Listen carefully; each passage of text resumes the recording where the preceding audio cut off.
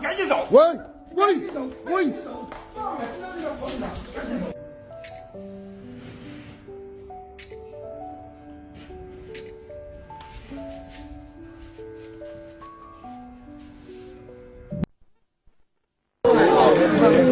See him? There he is, a perfect image of Christ.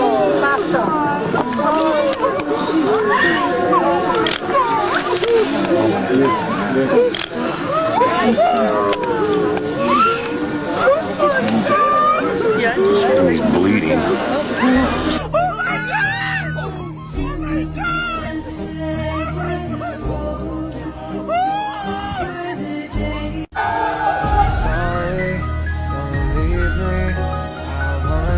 Here with me, I know that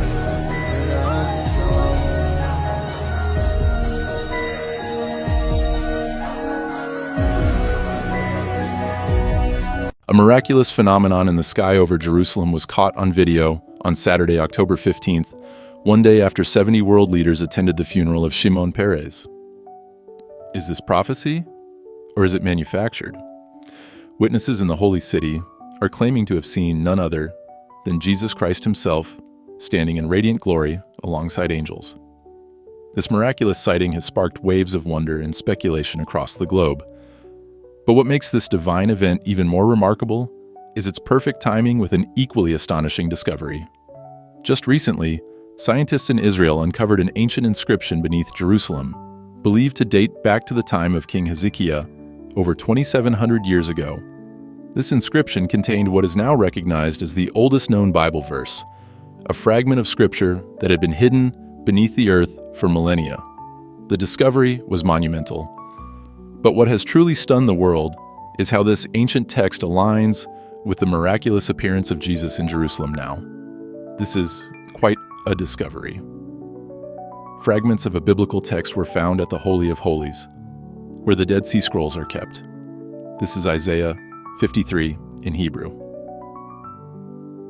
This newly revealed chapter, hidden for more than 2,000 years, predates the life of Jesus and describes in vivid detail a figure remarkably similar to the one seen by witnesses.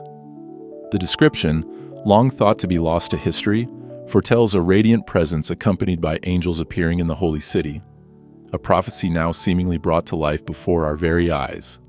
Could this be a sign of something far greater? Could this miraculous appearance be the fulfillment of ancient promises, long hidden from mankind? As believers, we are called to reflect on the significance of these events. It may very well be a sign that the world is entering into the final stages of God's prophetic timeline. As Scripture reminds us, we are to be watchful and discerning in these times, for the Lord may return at any moment. And as these signs grow more frequent, we must ask ourselves, are we ready? Join us in this episode as we explain more. Before we get started, please like, share, and subscribe to our YouTube channel for more content. Also, check out the next video on your screen. You might like it. A remarkable discovery in Jerusalem has set the world ablaze with wonder and reflection.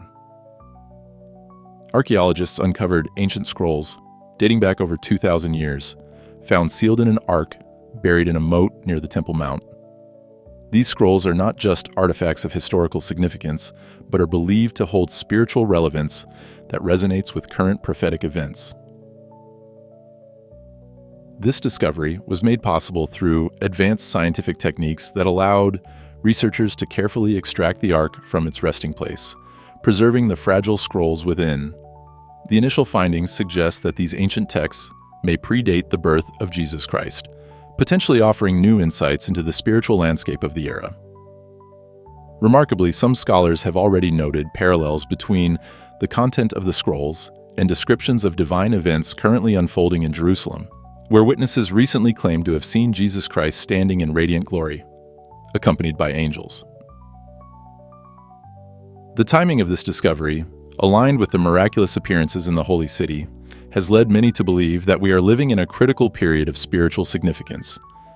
These scrolls, much like the prophetic texts of the Old Testament, contain vivid descriptions of a figure appearing in a time of great turmoil, a figure whose characteristics seem to mirror those of Jesus Christ.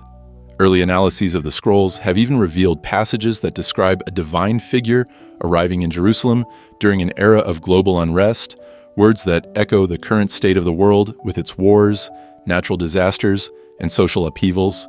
For believers, the significance of these scrolls cannot be overstated. They not only affirm the ancient prophecies, but also serve as a reminder of the biblical warnings regarding the final days. This discovery has stirred deep reflection among theologians and scientists alike as it bridges the spiritual with the empirical, offering a unique window into a prophecy that appears to be coming alive before our very eyes. The scrolls, preserved for millennia and now brought into the light, prompt us to ask if we are witnessing the unfolding of God's final plan. As we stand on the edge of what could be the fulfillment of biblical prophecy, this discovery reinforces the urgency for spiritual vigilance, reminding us that the time to be prepared is now.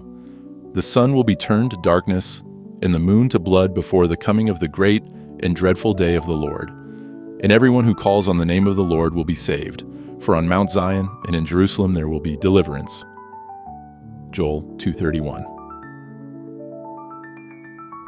32. To start, we must focus on Israel, and more specifically, Jerusalem, the epicenter of biblical prophecy. God's divine calendar is often revealed through heavenly signs, marking the times and seasons as He has ordained. In fact, recent years have seen both historical and spiritual events coinciding with the blood moon tetrad of 2014 to 2015, with Jerusalem at the heart. The convergence of these celestial signs with rising tensions in Israel, including threats of a third intifada, points to Jerusalem's continued role as a battleground, not only for regional conflicts, but for events with global spiritual consequences. Additionally, Scripture tells us that God uses the sun, moon, and stars for signs and seasons, reinforcing the significance of these recent celestial events. Between Passover 2014 and Sukkot 2015, a series of 4 total lunar eclipses occurred, each aligning with significant Jewish feasts. The final eclipse, a supermoon and a harvest moon, marks an especially rare and powerful sign. These celestial phenomena are reminders that we are in a prophetic season where the spiritual and physical realities of Jerusalem come into sharper focus. Surely the sovereign Lord does nothing without revealing His plan to His servants, the prophets. Amos 3:7. Moreover, prophecies in Ezekiel and Psalm 83 have taken on renewed relevance in light of current events. Many believe that the prophecy of the Gog-Magog war, in which a northern confederacy will invade Israel, is drawing closer. Yet, there is another, perhaps lesser-known, prophecy that holds increased significance today. Psalm 83, where a different coalition conspires to annihilate Israel. Similarly, Asaph's prophetic vision in Psalm 83 foresees a time when a 10-member confederacy would rise up against Israel, intent on erasing its existence and claiming the promised land for themselves. O God, do not remain silent. Do not turn a deaf ear. Do not stand aloof, O God. See how your enemies growl, how your foes rear their heads. Psalm 83, 1-2. Even though Psalm 83 was written during a time of peace under King David, it foresaw a future time of conflict. This confederacy, bent on Israel's destruction, echoes the enduring hatred that many nations have harbored against the chosen people. Come, they say, let us destroy them as a nation so that Israel's name is remembered no more. Psalm 83, 4. Therefore, the ultimate goal of this confederacy goes beyond the mere destruction of Israel. It seeks to undermine God's eternal promises. This covenant, which pledges that a chosen people will come through Abraham, Isaac, and Jacob, and that they will inherit the promised land, remains unbreakable, upheld by God's sovereignty. With one mind, they plot together. They form an alliance against you. Psalm 83, 5.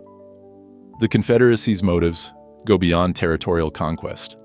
They seek to defy God Himself by attempting to wipe out Israel.